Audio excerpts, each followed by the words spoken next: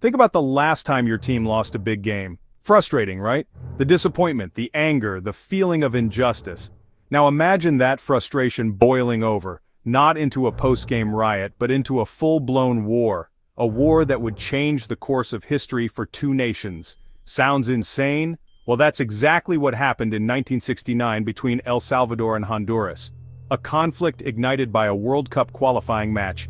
It might sound like the setup to a bad joke, but it's a stark reminder that sometimes the line between sport and deadly conflict is thinner than we think.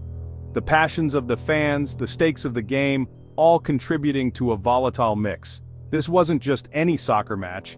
It was a match that carried the weight of national pride and unresolved grievances. This was a pressure cooker of pre-existing tensions, simmering for decades, finally exploding under the guise of a World Cup qualifying match. The match was merely the spark that ignited a long-standing feud. This is the story of the football war. A war that lasted only 100 hours but left a lasting impact. A conflict as brief as it was brutal, and a cautionary tale about the power of nationalism, resentment, and a really bad loss. It serves as a reminder of how fragile peace can be. Buckle up, folks, because this is one for the history books. A tale of how a simple game of soccer turned into a deadly confrontation. Let's be clear. Blaming a war solely on soccer is like blaming a house fire on a misplaced matchstick. The match might have ignited the blaze, but the dry wood and gasoline were already there. In this case, the dry wood was a potent mix of socio-economic disparities and simmering political tensions between El Salvador and Honduras.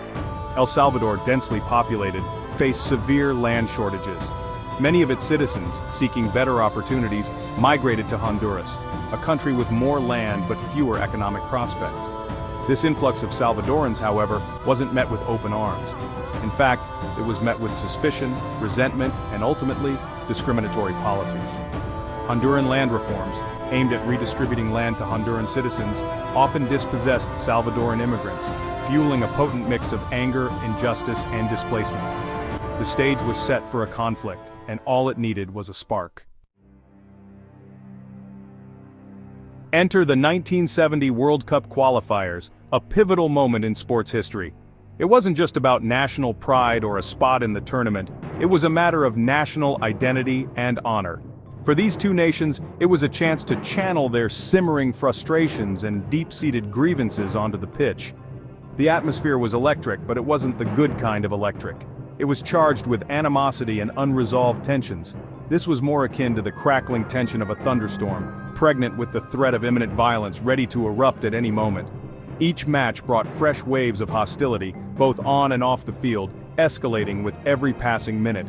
Newspaper reports from both countries fanned the flames of nationalism, often resorting to inflammatory rhetoric and outright lies, further deepening the divide.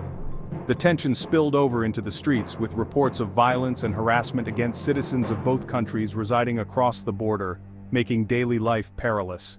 By the time the third and final match rolled around, it wasn't just a game anymore. It had become a symbol of national struggle.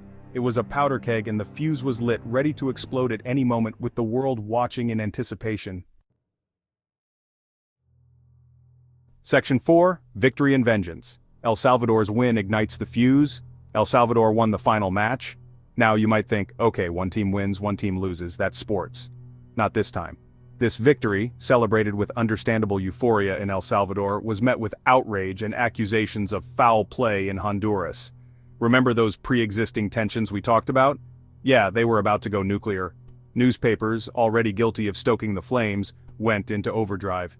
Rumors spread like wildfire, tales of violence against Honduran fans in El Salvador, stories completely fabricated but readily believed in the supercharged atmosphere.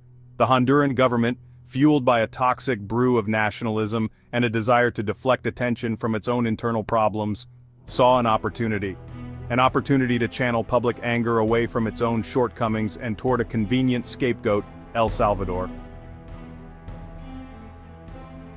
Section 5, 100 Hours of War, a Nation's Fury Unleashed. On July 14, 1969, just a few weeks after El Salvador's victory, the unthinkable happened. Honduras severed diplomatic ties and, fueled by a wave of nationalistic fervor, launched a series of airstrikes against El Salvador. The football war had officially begun. It was a brief, brutal conflict lasting only 100 hours, but its impact was devastating.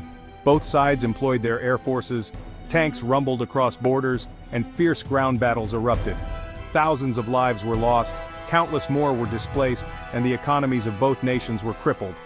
The OAS, the Organization of American States, intervened, negotiating a ceasefire on July 18th, but the damage was done. The wounds of war, both physical and psychological, would take years to heal. Section 6, Sports and War, a sobering reminder of their intertwined history.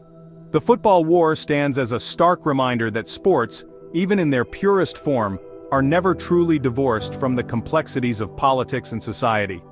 The 1969 conflict between El Salvador and Honduras, sparked by a series of soccer matches, is a testament to this harsh reality. It's a sobering thought, isn't it? That a game meant to unite and entertain could instead become a catalyst for conflict and division.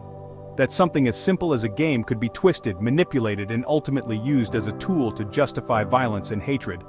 The fervor of fans, the national pride, all turned into fuel for a devastating war. But amidst the tragedy, there's a glimmer of hope.